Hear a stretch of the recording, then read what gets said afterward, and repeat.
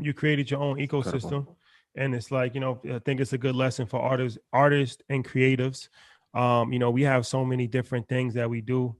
When I say we, like creators, us, like, what I'm saying, as far as our live shows and we open back up again, our merch and all of that. So it's like, I think that is something that people can benefit from. And it's dope to see you leading the way on that and being vocal about it. Because it's one thing to do something and then like we find out 5 years later, like, oh, he just made $1 billion. But you guys got to support it. How did that happen? While he's telling you on the ground, because what's going to happen, he's not going to say it, but he's going to be one of the ones where he'll be like the Steve Stout in 4 years, and people are going to be like, damn, I remember when he was talking about it and I didn't do anything. But artists, follow the wave, man. Like, he's doing the same thing Elon is doing with Bitcoin. The only value in Tesla right now, technically, is Bitcoin. And that's what I want the people to understand. Like, man, my culture is so strong. Like, why not? We got a chance to do this shit on our own regard. Like, we don't need nobody else. Like, they consider Elon Musk to be so smart, but he's only smart because he's using our culture against us, because he's reaping the benefits by telling people anything he wants to tell them. And then they go crazy. Oh, Elon Musk said it. Elon Musk said it. But if you say it, it's like, oh, it don't matter. Yep. You understand? So who are we empowering when we always talk about this black power shit, how we need to stick together? And it's never that. You know what I mean? Like, so this is one of the reasons why I really created the point of everything that we've done so far in this game. And I think that my face card has been trustworthy. I don't, you know what I mean? For the life of me, people always see what they get. I never been, I never folded. I always kept it 100%. You know what I mean? So I'm hoping that turns into people like, nah, this is a trustworthy situation that we need to use for our benefit within inside of this culture, within inside of the world. Like, if people think about it, you buy Balenciagas for $1,000, man. You can take that $1,000, get 100,000 capital coins, and who knows, in a year that 1,000 might turn into 100,000. The same way, if Elon Musk right now was to come on anything and say, yo, capital coin is the next, shit is going through the roof. Yes. We the fuck out of here. If Jay-Z was to get on there and be like, Capital Coin is the next thing, we the fuck out of here. If you know what I mean, like, if people, if Puffy was to get on and say, yo, Capital Coin is the next thing, we're going to be able to buy, you'll be able to buy Sean John if you use Capital Coin. That nigga, we the fuck out of here. Like, this is the type of shit that I'm trying to talk about when it comes to our culture. We got powerful people like Pharrell and Swiss and all these people that make decisions within this industry because they quote unquote got this whole cool crew that kind of moves the artistic value of what's next. Richard Mille wouldn't have been shit if Jay didn't make that the hottest watch that all rappers needed to get. You dig? And that been going on since niggas wanted to get Jacob watches and shit like that. As we create what's the next buzz, and people like Elon Musk knows that. So he's like, nigga, Dogecoin. They turn a joke into some real money. It ain't a joke no more, right? Yeah.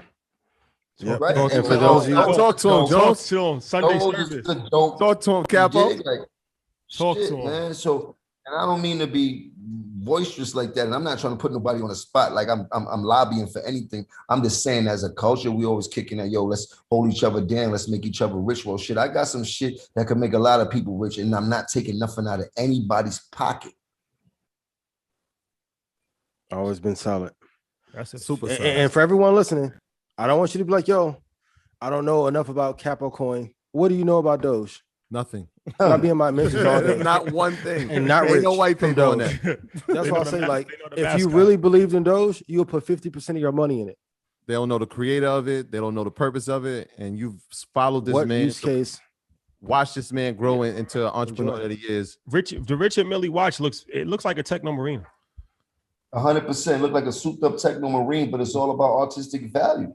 But what you're pushing and who the person is.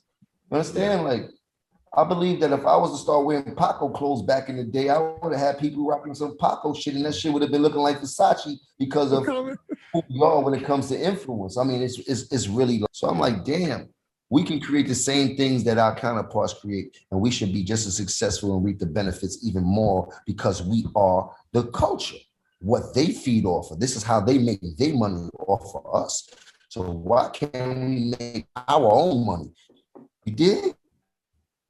I want to be able to go inside Balenciaga. I want to be able to go inside Christian Dior and buy some Christian Dior sneakers using Capo Coin. You understand what I'm trying to say? You talk to the good people at Rock Nation yet? Yes, I always talk to Rock Nation. They fully behind me on everything that I do. You know, they understand my hustle mentality because I'm from Harlem.